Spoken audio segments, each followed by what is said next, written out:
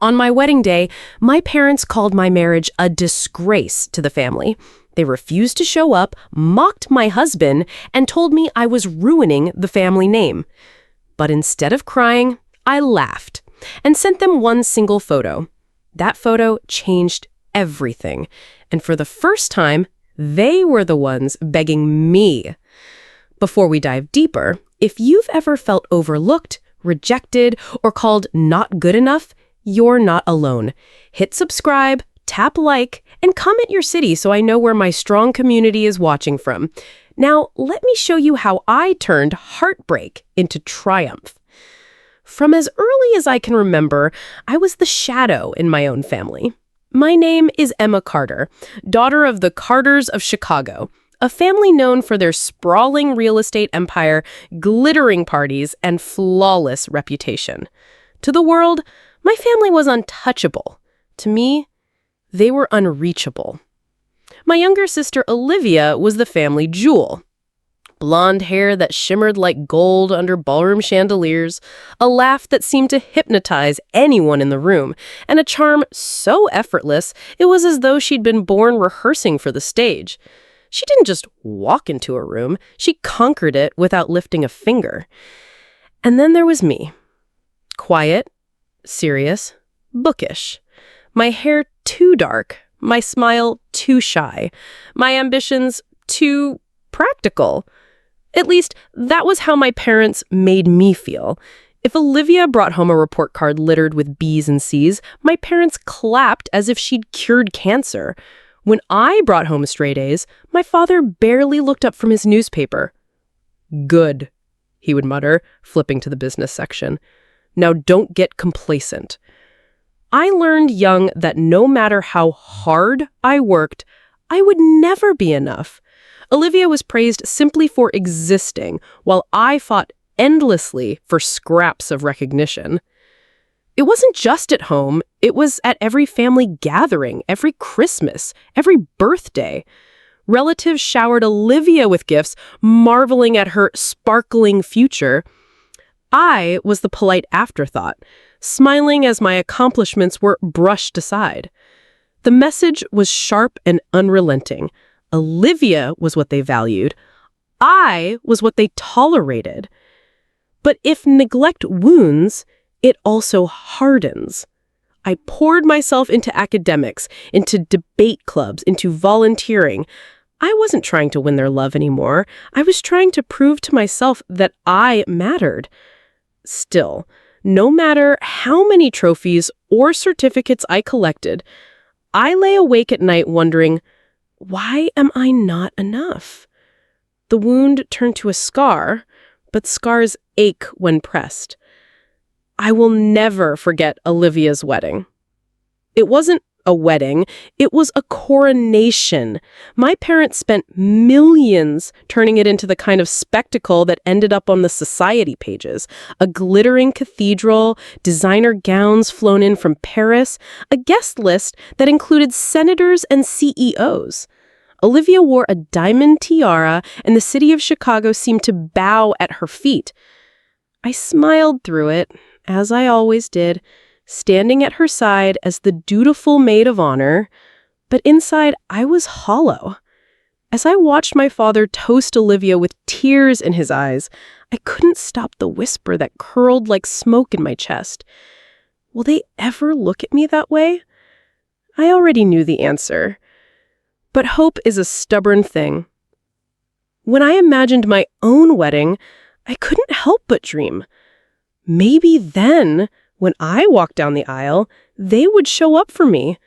Maybe they would realize I had worth too. That fragile hope carried me through the years, even as life carved me into resilience. I went to Northwestern, graduating summa cum laude.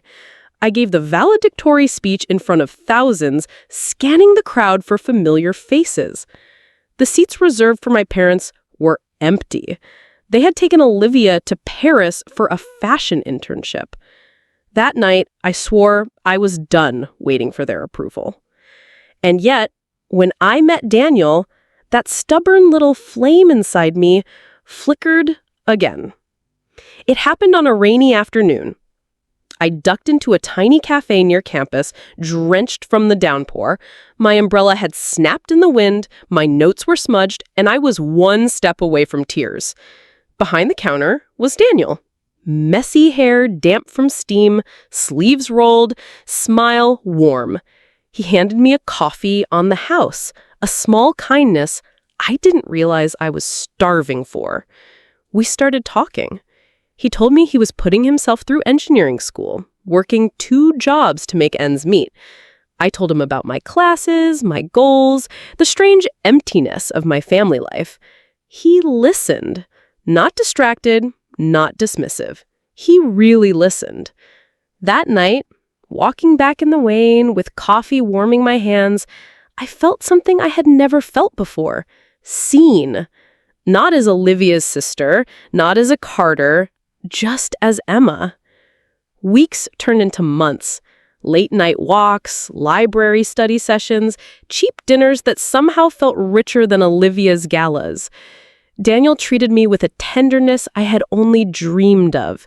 He celebrated my victories without comparison.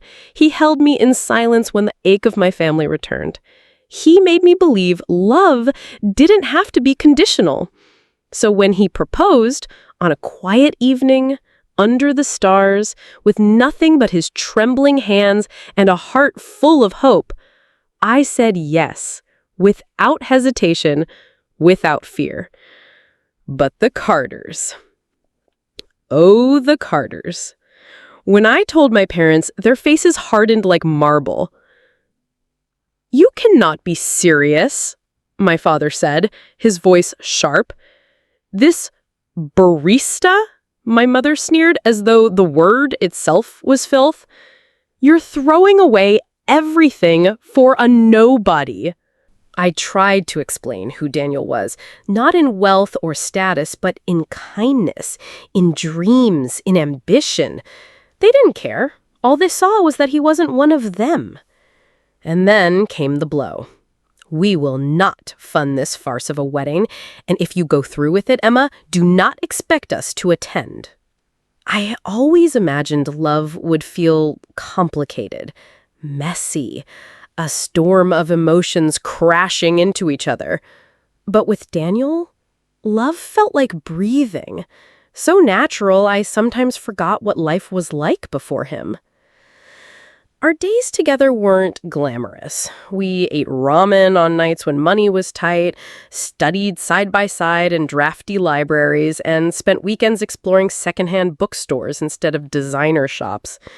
But those moments, quiet, ordinary, unremarkable to anyone else, became treasures I tucked into my heart. Daniel made even the simplest things feel extraordinary. A walk through the park wasn't just a walk. It was a chance to listen to him dream aloud about the future. A chipped coffee mug wasn't just a mug. It was the one he handed me every morning with a wink and the words, "For my favorite customer." He treated me like I mattered, like my thoughts were worth hearing, my dreams worth nurturing. For the first time in my life, I felt seen. Not as the Carter family's overlooked daughter, not as Olivia's shadow, but as Emma, just Emma. Of course, I knew what awaited me outside the bubble we built together, the Carters. My family never stopped making their opinions clear. My mother called me, her voice dripping with icy disdain. "Emma, have you really thought about your future? You're wasting yourself on that boy who makes lattes. Do you want to spend your life in mediocrity?" Mediocrity. That word stuck with me, heavy and sharp. My father was even harsher. "You're a Carter. You don't marry down. If you insist on doing this, don't expect us to stand behind you." And Olivia. Oh, Olivia. She never missed an opportunity to twist the knife. One evening, she leaned across the table during dinner, her diamond bracelet catching the light. "Emma, are you sure? I mean, he seems sweet, but isn't this more of a college fling than a life partner? Mom and Dad have big plans for us. Don't you think you're settling?" Settling. Another word etched into my chest. I wanted to scream at her, to tell her that her big plans weren't dreams, they were shackles. That marrying into money and status had bought her a tiara, yes, but it had cost her authenticity. Instead, I swallowed my anger because I knew no matter what I said, they wouldn't hear me. The truth was, I wasn't settling. I was choosing love over appearances, choosing kindness over arrogance, choosing someone who made me feel whole instead of invisible. When Daniel proposed, he did it with no grand gestures, no flash of wealth, just a quiet night under the stars, a trembling hand holding out a modest ring, and a question spoken like a prayer. Emma, will you marry me? I didn't hesitate. Yes! I said yes because I knew what love felt like now. It wasn't about diamonds or banquets. It was about the way his eyes softened when I spoke of my dreams, the way he stayed up with me all night before my exams, quizzing me on flashcards when he was exhausted himself, the way he believed in me when my own family did not. We began planning the wedding, modest but beautiful. I wanted string lights in a little church courtyard, fresh flowers from a local vendor, laughter and music that didn't cost a fortune but came from the heart. I wanted warmth, not spectacle. When I told my parents, they scoffed. A church courtyard, Emma? You can't be serious. My father was blunt. If you expect us to fund this, whatever this is, forget it. We will not waste money on a mistake. For a moment, the old ache returned, the little girl inside me whispering, maybe if I try harder, they'll love me. But Daniel held my hand, steady and firm, and the ache eased. His words pierced straight through me, sharper than any blade. I felt the tears rising, my throat burning. I wanted to beg, to scream, to ask why I was never enough for them. For a second, I just stood there in the bridal room, staring at my reflection. My veil framed my face, makeup flawless, dress pristine, but inside, I felt small. Small and broken, like the little girl who used to wait for applause that never came. But then, something in me snapped. I laughed, not out of joy, but out of something sharper.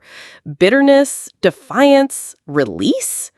It startled even me, that sound. My friends looked over in confusion, but I just shook my head. For the first time, the pain didn't crush me. It ignited me. And then I did something I'll never forget. I opened my camera roll, selected one photo, the one of Daniel that revealed everything. It was Daniel at one of his family's estates, dressed in a perfectly tailored suit, standing before a sweeping skyline view. His dark hair was slicked back, his eyes sharp, his presence commanding. Not the barista my parents thought they knew, but the real Daniel. Daniel Lopez, CEO of LNX Global, heir to a family empire even older and wealthier than the Carters could dream of. I attached the photo to the Carter family group chat. My fingers hovered for only a second before I typed two simple words. Meet my husband. Then I pressed send. I didn't stay to see their responses. I tucked my phone into my bag and walked back into the bridal room, my head high. Are you okay? One of my bridesmaids whispered, concern etched across her face. I smiled, and, for once, it was genuine. I've never been better. The ceremony began soon after. The church was glowing with string lights and flowers, music filling the air. Daniel stood at the altar, his eyes locked on me as though I were the only person in the room. I walked down the aisle alone. The empty chairs reserved for my family sat stark and obvious, a wound on display. But then I saw Daniel's face, steady, loving, unshaken, and the emptiness melted away. I wasn't walking into rejection. I was walking into freedom. When the officiant asked for our vows, I spoke words I hadn't written down, words that poured from my soul. I spent so many years begging for love that came with conditions. With you, Daniel, I don't have to beg. You love me as I am, without shadow, without condition. Today, I stop chasing what was never real, and I choose what is true. Daniel's vows were just as raw. You saw me when I hid myself. You loved me when you thought I had nothing. And for that, Emma, I will spend my life giving you everything. There wasn't a dry eye in the church. We kissed, and applause thundered through the courtyard. But even as joy swelled in me, my phone buzzed in my bag. Again. And again. And again. During the reception, when I finally pulled it out, I saw what I had expected, but it still made my heart race. Dozens of missed calls. Voicemails from my mother, her voice shaking with something that sounded almost like desperation. Texts flooding the group chat. Emma, darling, please answer. We had no idea. Why didn't you tell us who he was? This changes everything. We need to talk. Do not embarrass the family by shutting us out now. I scrolled, my chest tight, not with longing, but with something new. Power. They didn't care when I cried over their absence. They didn't care when I begged them to show up for me. But one photo, one glimpse of the truth, had them in a frenzy. Daniel noticed me frowning at my phone. He slipped an arm around my waist, leaned down, and whispered, "Don't let them steal this night from you." I slipped the phone back into my purse and smiled at him. They won't. Not ever again. The weeks after the wedding were a whirlwind. Photos of the ceremony spread online, and with them came the reveal of who Daniel truly was. Society pages buzzed. The overlooked Carter daughter marries billionaire heir Daniel Lopez. I could only imagine the chaos in my parents' home.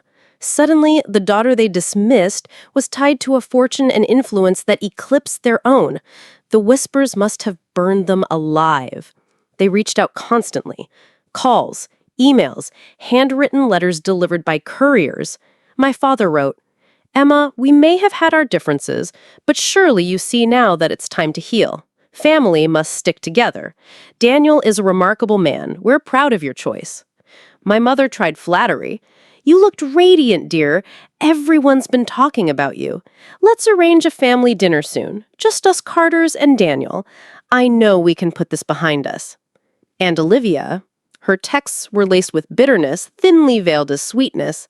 "Wow, Emma. Didn't know you had it in you. Guess you're not invisible anymore, huh? Good for you. We should do brunch sometime. You can tell me all about how you manage this." I deleted them all.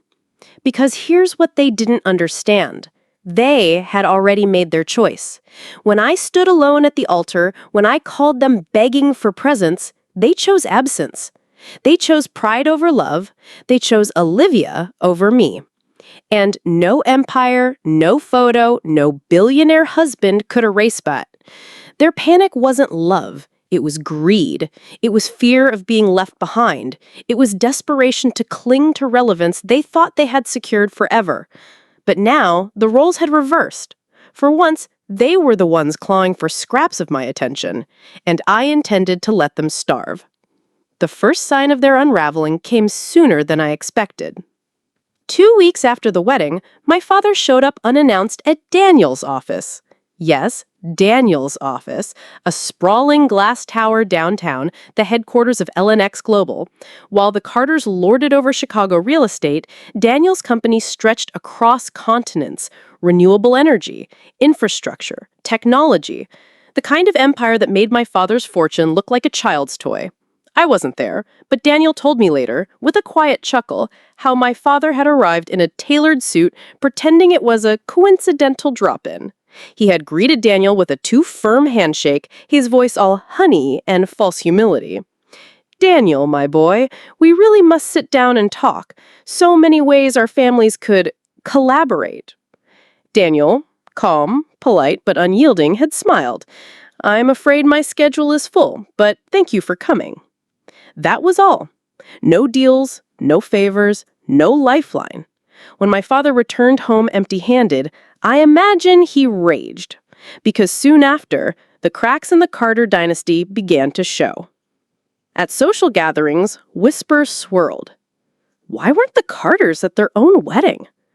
I heard they disowned her, and now she's married into Lopez Global. Unbelievable!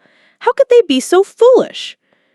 Their absence had been noticed, and in the world of high society, where appearances mattered more than oxygen, their spotless reputation had been stained. The Carters tried damage control. They threw elaborate galas, donated to charities, paraded Olivia at events as though nothing had changed. But people weren't buying it. They wanted me, the daughter who had married into a fortune bigger than the Carter name could ever promise. For the first time in my life, I was the center of the story, and they hated it. Olivia called me one night, her voice trembling with something between fury and desperation. "Emma, you can't shut me out. You don't understand. I need this. Everyone keeps asking about you, about Daniel. They don't even look at me anymore." My parents, worn and broken, stood in the lobby of Daniel's headquarters. Their empire was gone. Their name meant nothing. For the first time in my life, they looked at me, not with scorn or dismissal, but with need. "Emma," my father said, his voice trembling, "please, help us. We're still family." Family. The word was a dagger and a balm. I thought of the empty chairs at my wedding, the years of silence, the countless times I begged for their love, only to be turned away. I met their eyes and felt nothing. No rage, no sorrow, just peace. "I do have a family," I said softly, glancing at Daniel waiting behind me. "But it isn't you." I walked away, leaving them standing there, hollow, desperate, and powerless. That was the final blow. Not my rejection, but their realization they had thrown me away, and I had never needed them to rise.